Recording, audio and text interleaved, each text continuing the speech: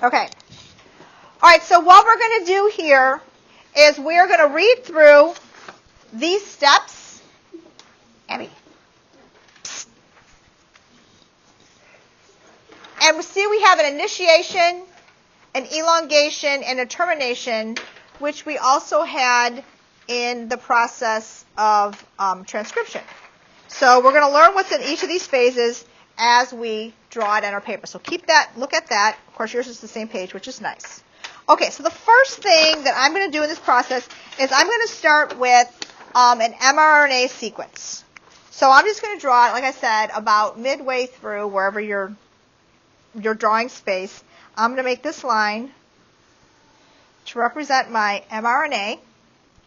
And I'm going to draw about 12, put about 12 nucleotides on there. So I'm going to go space them out even, 1, 2, 3. And I'm going to call this my AUG. And then 1, 2, 3. And I'll call this UUU. And then 1, 2, 3. We'll call this UUC. And then 1, 2, 3. GGU. Yeah, halfway in the space. Should I make it the color? I did 12 nucleotides. And then you can just, the other ones you can just draw if you want, but we're not going to number them or anything. And this is my mRNA. It's where I'm starting. Okay, so this is my processed mRNA, and I'm ignoring the cap and tail. I'm just drawing what the nucleotides. Yeah, so about halfway down your space in your drawing. Okay. So let's look at step 1. It says the mRNA leaves the nucleus and attaches to a small ribosomal unit at the P and A sites. Okay. Now, first of all, the ribosome, we've drawn this lovely little circle that we draw scattered about, and it is not put together in the cytoplasm as it is. It basically is in 2 subunits.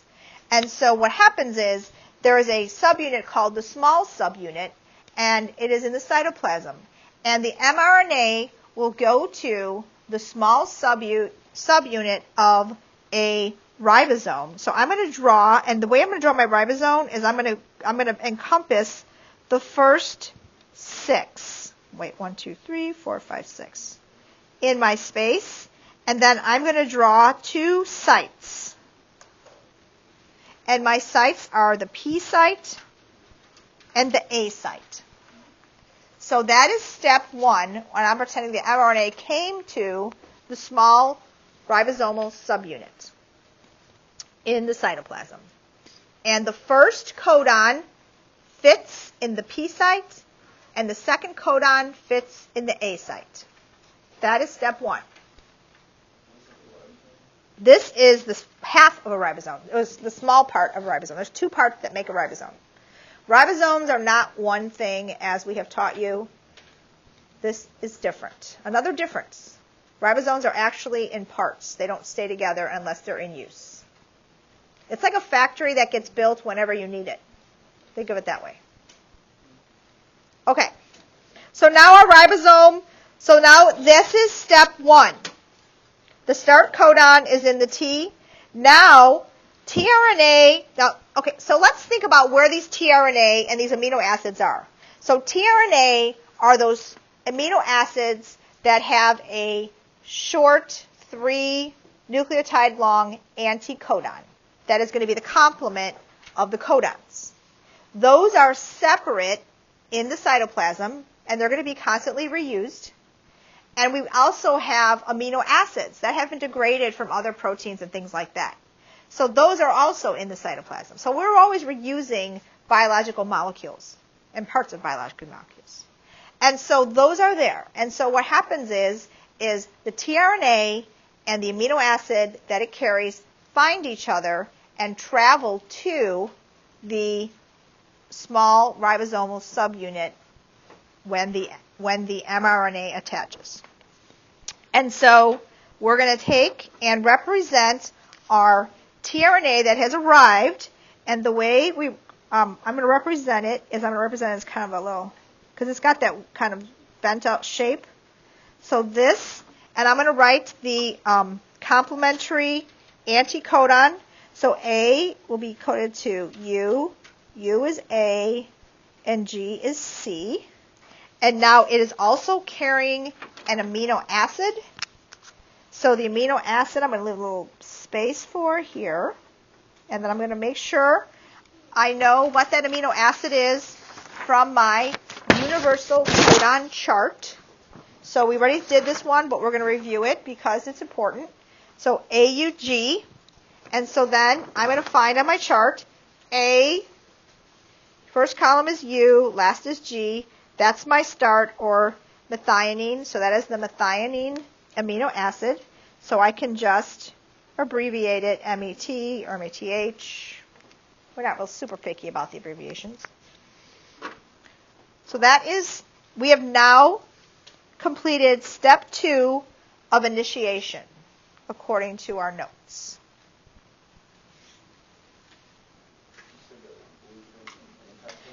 This, right, the blue weirdly shaped thing looks like an Erlenmeyer flask. That is representing a tRNA. And then the 3 letters are representing the anticodon, which is the part of the tRNA which temporarily attaches to the mRNA codon.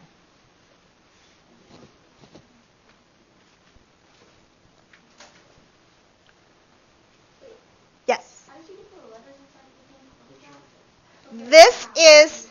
This is the amino acid that is carried by this tRNA. And the amino acid depends on the mRNA, not the tRNA. And so it really depends on the tRNA, but I figure out what it is by using the codon chart, and the codon chart is reading the mRNA code, not the anticode. Okay, anticodon. All right, now, so that completes step 2. Now step 3. Now once the tRNA has attached, now the large ribosomal subunit will complete the ribosome. So we basically draw that to encompass all of this. So this is the bigger part of the ribosome. So that is the rest of my ribosome. That's called large ribosomal subunit, which is step 3 in my initiation process. So I made the top and bottom the same color because they're both ribosome. And you can tell what's big and small because they're big and small.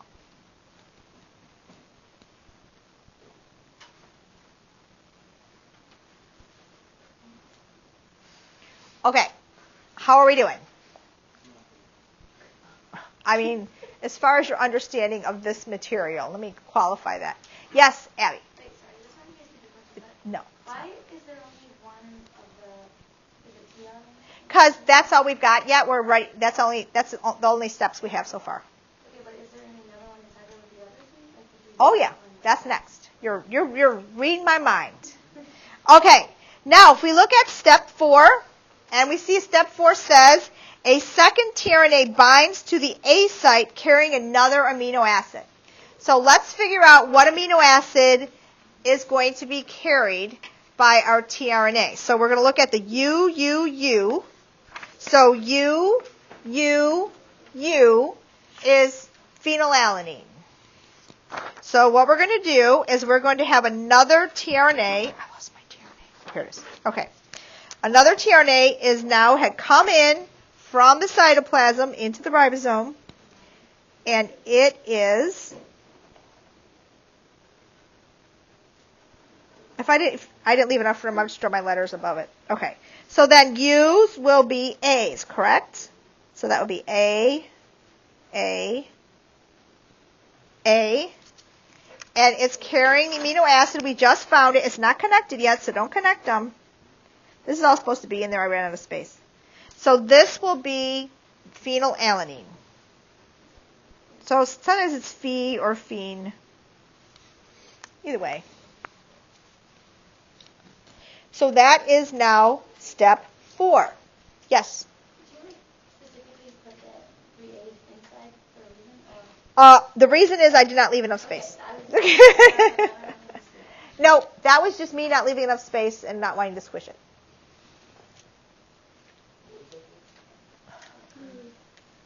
Okay, so now this completes the initiation steps, okay? Now that it's initiated, the elongation process will continue. So notice we have the name of an enzyme. So since it's the name of an enzyme given to us in our notes, it's probably one we're supposed to know. So let's highlight the name of that enzyme, peptidyl transferase. That peptidyl kind of gives us a clue as to what it's going to do. It's an enzyme in the large unit that catalyzes the formation of a peptide bond between the two amino acids. So now we're going to form a peptide bond between the two amino acids. So here's my peptide bond.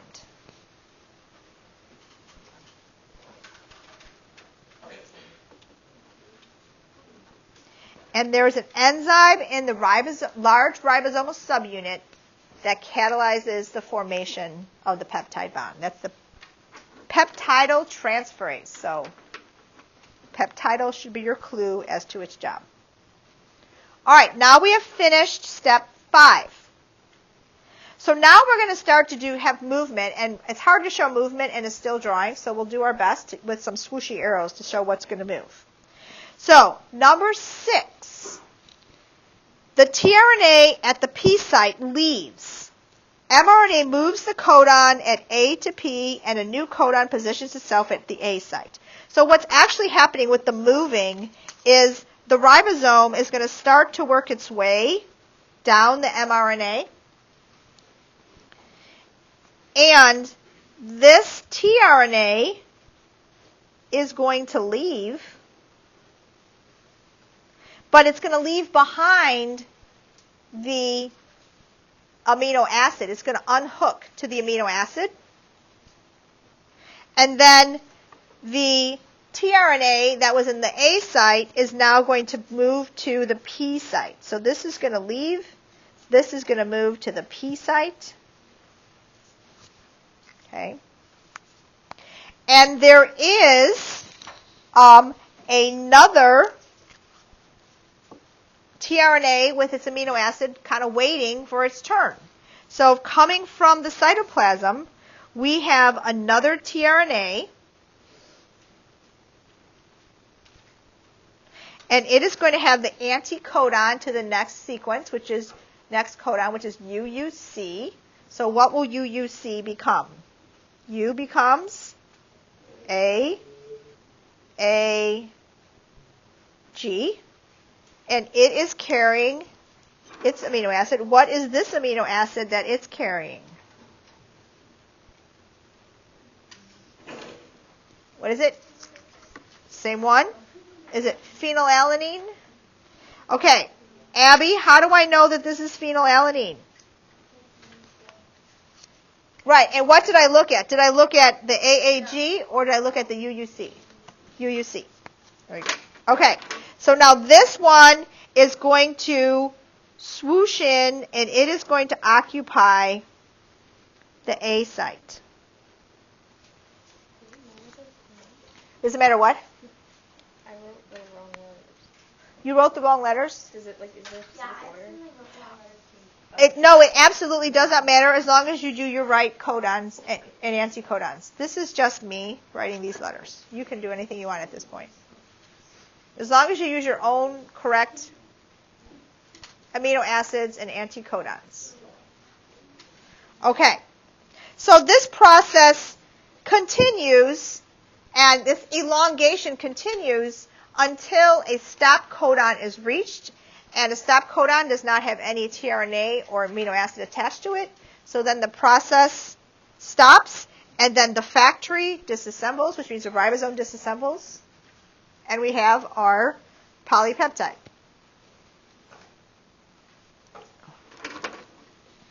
Question.